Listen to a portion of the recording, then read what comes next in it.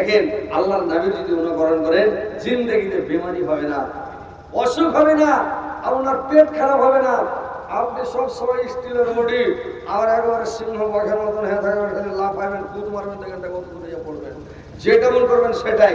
আর নবীর অনুকরণ যেদিন ছেড়ে দেবেন, পেট হবে ডাক্তার, বডি হবে গাবড়া, হাট বান্ধা হাঁটতে পারেন না, মানে বুদ্ধি শেষ। তো নবীর অনুকরণ করেন, নবীর অনুসরণ করেন।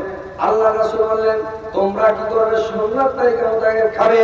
আল্লাহ রাসূল প্রত্যেক সোমবার এবং বৃহস্পতিবার রোজা রাখতেন।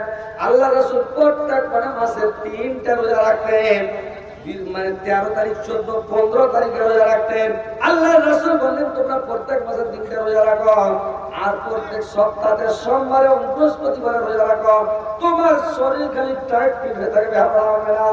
আর যখন তোমরা খাবে তোমার পেটটাকে কি করবে, 4 ভাগ করে মানে করবে কি, 1 ভাগ তুমি 2 ভাগ খানা খাও, 1 ভাগ পানি খাও, 1 ভাগকে খালি রেখে দাও। তোমার পেটে যেন খানাটা খালি মানে নড়াচড়া করে, যেন মানে হিলাডালা করে হজম হয়। আর কম্প্রেসার মেশিন চলে করে সবকে হজম করে সাবাই করে পিছা তল বাইর করে দেয়।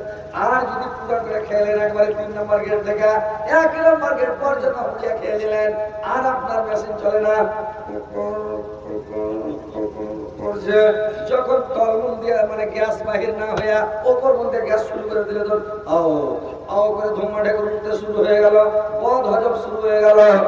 তার ভাই ওইরকম বেধর্মের মতো মুশরিকের মতন করে খাবেন না, নবীর সুন্নাত তরিকা মোতাবেক খান। দেখেন আল্লাহ রাসূল যেগুলো কথা বলেছেন মুহাম্মদ মুহাম্মদ সাল্লাল্লাহু আলাইহি ওয়াসাল্লাম, আল্লাহর রাসূলের বাড়িতে একটা মেহমান এসেছিল। আল্লাহর রাসূল মেহমানকে খুবই ভালোবাসেন, আর মেহমানকে ভালোবাসতে হয় রে ভাই। মেহমানটা যে আল্লাহর রাসূলের বাড়িতে এসে বলছে এক ইহুদির বাচ্চা, এসে বলছে নবী আপনার বাড়িতে আমি রাত্রিটা থাকবো, আর আপনার বাড়িতে রাত থেকে সকালবেলা উঠে চলে যাব, আপনি রাত্রি বেলা আমাকে কিছু খেতে দেন নবী গো, কিছু খেতে দেন। এইবার আল্লাহর রাসূল ভাত রান্না করলো, সুন্দর করে নতুন চাদর পেড়ে বিস্তার করে দিল, লোকটা শুয়ে গেল। আর যখন খাবার দিল, একবারে সুন্দর করে যখন খাবার দিল, এই লোকটা ছিল একটা হড়ভঙ্গা টোপের লাগবে ইহুদিটা। এবার করলো কি, লাগলো খাইতে খাইতে খেতে গেছে, আরো লেসো ভাত, আরো লেসো ভাত, আরো লেসো ভাত খেয়ে যায়। ভিতর বিসমিল্লাহ টিসমিল্লাহ কিছু কহে না। বেধর্মী লোক বিসমিল্লাহ জানে না, বেধর্মীর মতো খাচ্ছে চলে যাচ্ছে, খায়া খাইতে খেতে খেতে খেতে যতটি ভাত ছিল সব দিচ্ছে। এবার এখান থেকে 3 নম্বর গেট পর্যন্ত ভর্তি করে দিয়েছে। এবার রাতে যখন শুতেছে লাগটা ভাত গুলো বাইরে চলে গেছে। এইবার কি করবে, পেট খারাপ হয়ে গেছে, বিছান থেকে আর নামতে পারেনি, কত রাত হয়েছে না হয়েছে, নবীর বিছানাতে পায়খানা করে বসে করে দিয়েছে। দিয়া তখন বলছে হায় রে, লোকটা এত ভালো এত সুন্দর, আমাকে বিছান করে দিল, কেঁদা দিল, নতুন চাদর দিল, নতুন বালিশ দিল, আর লোকটার বিছানাতে পায়খানা করে দিলাম, এই বাড়িতে কি আর থাকা যায়? কি তখন উড়ে গেছে, ওর বাড়িতে থাকবে যে ভাই, থাকবে জি, কথা বলেন হ্যাঁ হো করেন, থাকবে।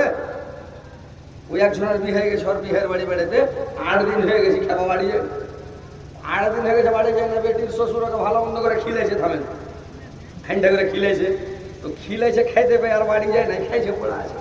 ও তখন ওর মন মাথা খারাপ, 8 দিন যখন হয়ে গেছে তখন ওর বাড়ি বালিকে কইছে হারে 8 দিন হয়ে গেল কি করবো কত, বুঝে একটা বুদ্ধি আছে আর কাছে, কি 1 খোরাক খোলকে ভিজিয়ে দেয়, 1 খোরাক খোলকে ভিজিয়ে দেয়, খোল ভিজা যখন একবার ফুসফুসে হয়ে গেছে, রাতে তো বিহায় 15 হয়ে শুতেছে রে ভাই। এইবার বিহায় তো খেয়েছে পুরা করে, একবার মাটি বসতে ভাত, একবারে কুমিরের মতো করে লাখ ডাকছে, গাড়ার শীতা আছে। কি বিহায় করেছে কি, লাখ করে তহমনকে উঠে দিলে গেছে, তহমনকে উঠিয়ে তো ট্যাঙের মধ্যে 1 খোরাক খোলকে ঢেলে দিয়েছে, আর 1 খোরাক খোলকে ঢেলে দিয়ে তহমনকে ঢেকে দিয়েছে, এদিকে মুখ করে খোরাটা খাটে তলে ভরে লাখ ডাকতে শুরু করে দেয়। এই বিহাই যখন চেতন হয়েছে, দুটো একটা ল্যাচ করে উঠেছে, হাত যদি দিয়েছে যেরকম গোবরে হাত প্যাক করে উঠেছে, কি তখন করেছে শিখে দেখছে তো কেমন কইলের বন্ধ কেমন আর একটু কিনকিনে লেগেছে।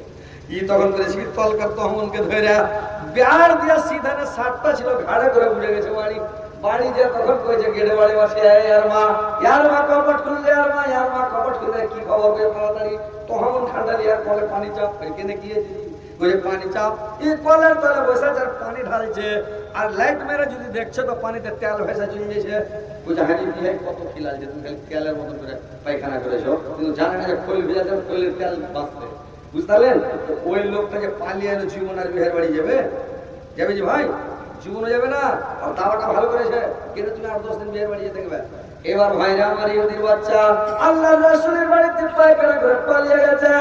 আল্লাহর নবী ফজরের নামাজ পড়ে উঠে এসে যদি দেখছে আল্লাহর রাসূল বাড়ি এসে দেখছেন কি বিছানাটা যেমন আল্লাহর রাসূল দেখতে গেছেন একবারে গন্ধ, লোকটা নাই, ইহুদি লোকটা নাই।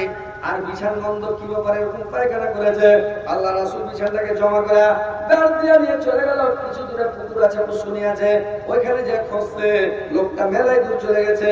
মেলায় দূর যাওয়ার পর মনে হয়েছে একটা সুন্দর তারওয়াল ছিল, তারওয়াল খানাটা রেখে চলে এসেছি নবীর ঘরে, তারওয়াল খানাকে নিয়ে আসি।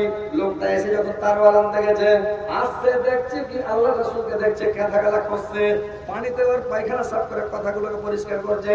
লোকটা এক পা গেছে, এক পা বাজে যেখানে চিন্তা ভাবনা করছে মারবে নাকি গ্যাল দিবে নাকি। লোকটা যখন ওর কাছে এসেছে রে ভাই, ওর পাশে যখন এসেছে তখন করেছে কে? ওই লোকটা যখন ওর পাশে এসেছে আল্লাহর রাসূলকে সুন্দর করে বলছে কি ব্যাপার তোমার পেট খারাপ হয়েছিল, তুমি নিচে পায়খানাটা করে দিতে, আমি কোদল দিয়ে তুলে ফেলে দিত বিছানে এখানে পায়খানা করেছিলে, আর যখন পুড়ে দিয়েছিল তো পুড়ে দিয়েছিল পালিয়ে এখানে এসো খাবা, চলো বাড়ি চলো, যেটি নাস্তা পানি খেয়ে যাবে, চলো কিছু খেয়ে। মানে সুন্দর করে নরম ভাষা যখন পেয়েছে কি বলছে সুবহানাল্লাহ, এত সুন্দর নরম তো দুনিয়াতে দেখিনি, পালিয়ে পড়ে গেছে।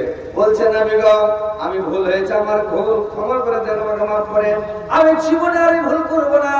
আপনি সত্যিকারের নবী, আপনি আমাকে কলমা পড়ান, আপনি আমাকে মুসলমান করে নেন। এবার পা ধরে পড়ে গেছে, আপনি আমাকে ক্ষমা করেন।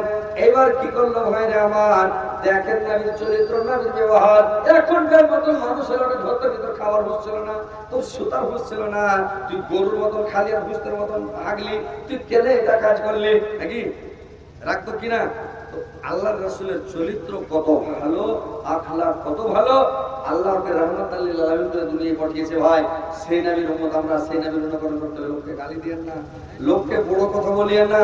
লোকটা আপনি আপনার কাছে আসলে যদি জ্ঞান দেয় আপনি বসতে ব্যক্তির সামনে হাত ধরবে। একটা লোক জ্ঞান দিয়েছে আপনি কিছু আর বললেন না, কোনো কথা বললেন না, ঠিক আছে ভাই ভালো থাকেন, ঠিক আছে ভাই যান। লোকটা লজ্জিত হবে, আর একদিনের সামনে হাত ধরে ভাই ভুলে গেছে, ভাই ক্ষমা করে ভাই তোমাকে জ্ঞান দিয়েছি, লোকটাই সিলিন্ডার হয়ে যাবে। বুঝতে পেরেছেন? আপনি শিখেন, তারিকা শিখেন, লোককে জ্ঞান দিবেন না, কোনোদিন জ্ঞান দিবেন না।